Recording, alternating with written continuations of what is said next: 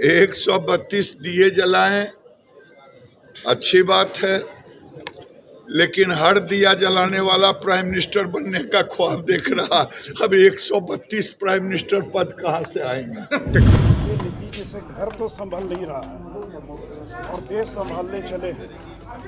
बिहार में 3 by election हुआ, 7 दल मिलकर चुनाव लड़ रहे थे। हमने गोपालगंज में भी उनको हराया और कुर्नी में भी उनको हराया। जो परिणाम आने लगे तो भारतीय जनता पार्टी बिलबिलाने लगी है। दिल्ली से लेकर बिहार तक नेता पूरा चिल्ला रहे हैं। बिहार ही नहीं पूरे भारत में किस तरह का माहौल है और हम लोग चाहते हैं कि हमारे जो मुख्यमंत्री है वो विपक्ष के साथ एकजुट होने की तैयारी में लगे हुए हैं। ये अच्छा संदेश है हम लोग के लिए। बिहार के मुख्यमंत्री नीतीश कुमार के साथ डिप्टी सीएम तेजस्वी यादव दिल्ली के दौरे पर हैं। दोनों विपक्ष के नेताओं को एक साथ लाने की कवायद में जुटे हैं ताकि 2024 में बीजेपी को सत्ता से दूर रखा जा सके। इसी कड़ी में दोनों नेताओं ने गुरुवार 13 अप्रैल को दिल्ली के मुख्यमंत्री अरविंद केजरीवाल के आवास पर उनसे मुलाकात की। खुद बिहार के डिप्टी सीएम तेजस्वी यादव और दिल्ली के मुख्यमंत्री अरविंद केजरीवाल ने ट्वीट कर इसकी जानकारी दी। सीएम केजरीवाल ने अपने ट्वीट में लिखा है कि अपने निवास पर आज बिहार के मुख्यमंत्री नीतीश कुमार और डिप्टी सीएम तेजस्वी यादव के अतिथि सत्कार का अवसर मिला। देश की वर्तमान राजनीतिक परिस्थितियों पर विस्तार से चर्चा हुई। यही नहीं, दिल्ली के सीएम अरविंद केजरीवाल ने कहा कि नीतीश कुमार विपक्षी दलों को एकजुट करने में लगे हैं। हम नीतीश कुमार के इस मुहिम में साथ हैं। इससे पहले बुधवार को जहां सीएम नीतीश ने कांग्रेस के राष्ट्रीय अध्यक्ष मल्लिकार्जुन खड़गे और राहुल गांधी से मुलाकात की, इन नेताओं के बीच तकरीबन घंटे भर की बातचीत हुई और इसके शुरुआती संकेत से सीएम नीतीश कुमार का कद बढ़ गया है।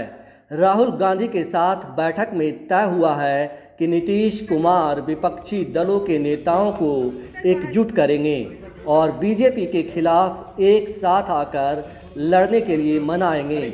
मतलब साफ है कि विपक्षी एकता की कवायद में नीतीश कुमार केंद्रीय भूमिका में होंगे।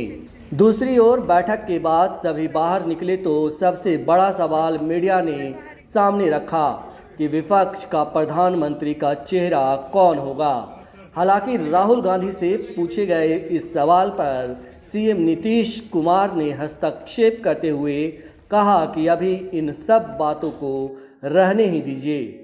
लेकिन सीएम नीतीश के पहल से राहुल गांधी काफ़ी उत्साहित हैं। उन्होंने ट्वीट किया कि विचारधारा की इस लड़ाई में विपक्ष की एकता आज एक ऐतिहासिक कदम लिया।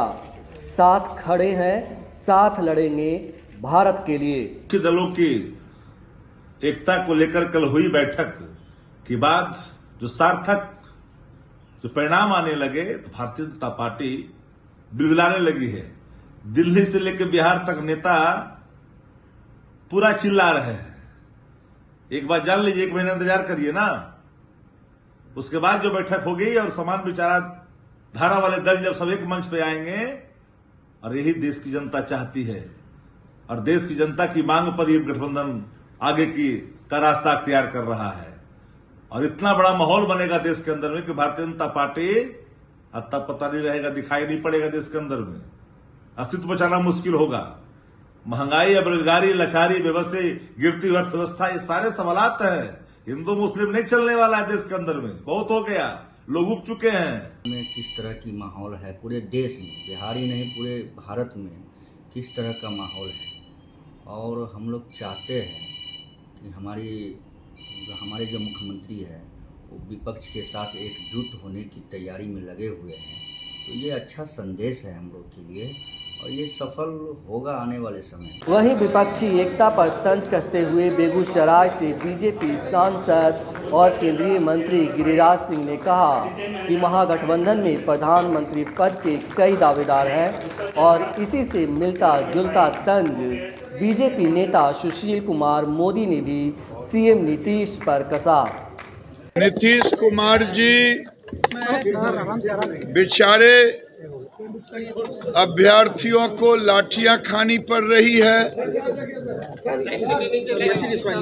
रोम जल रहा है, नीरो बंसी बजा रहा है कि कहावत है वो कांग्रेस के दरवाजे खटखटा रहे हैं प्राइम मिनिस्टर के लिए, बच्चे लाठियां खा रहे हैं, शिक्षकों की नौकरी खत्म कर दी गई, अब उन्हें नए सिरे से फिर एग्जामिनेशन देना पड़ेगा। ये नीतीश कुमार का रोजगार नीति है। अब देश तय करेगा, देश ने तो तय कर लिया है 2024 में प्रधानमंत्री का पद नहीं खाली है। राहुल गांधी से मुलाकात की है, दिए जला रहे हैं वो लोग, क्या रोजगार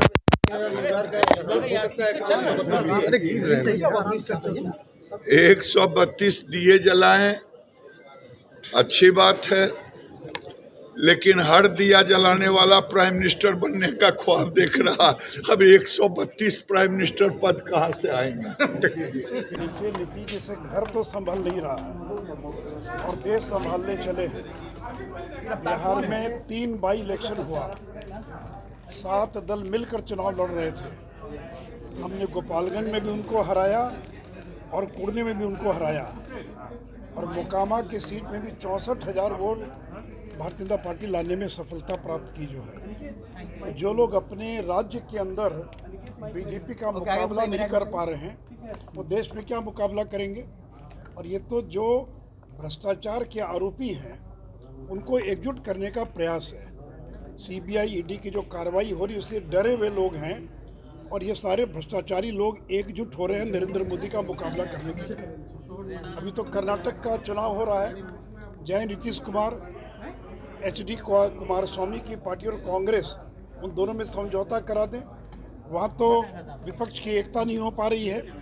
ये जितने भ्रष्ट आचरण में लिप्त लोग हैं जिन पर भ्रष्टाचार के गंभीर आरोप हैं वो लोग एकजुट होने का प्रयास कर रहे हैं। ये लड़ाई ईमानदार बनाम भ्रष्टाचार की लड़ाई है।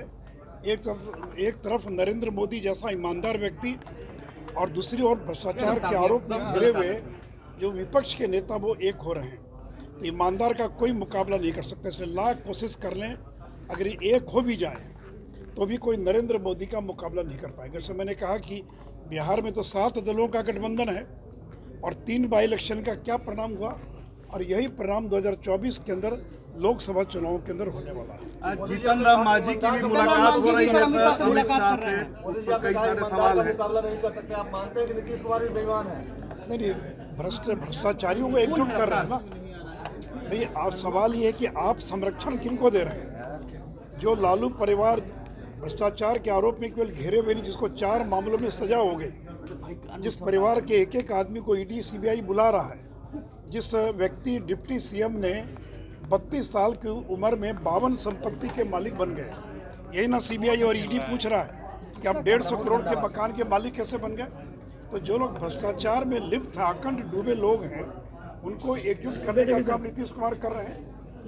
ये देश तय करेगा कि ईमानदार प्रधानमंत्री चाहिए या भ्रष्टाचार में लिप्त लोगों की जो एकता है। ये जनता की एकता नहीं है और दलों के नेता अगर हाथ उठाकर हाथ खड़ा कर लें, हाथ मिला लें, उसे जनता एक नहीं होती है, भले दल एक हो जाए।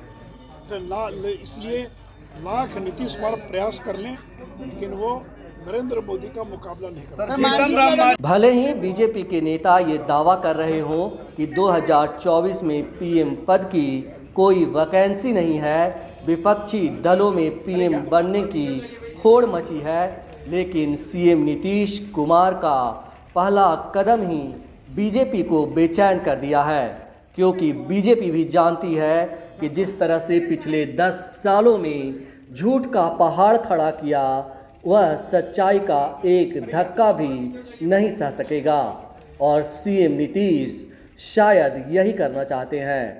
योगेश चक्रवर्ती, RAD न्यूज, पटना।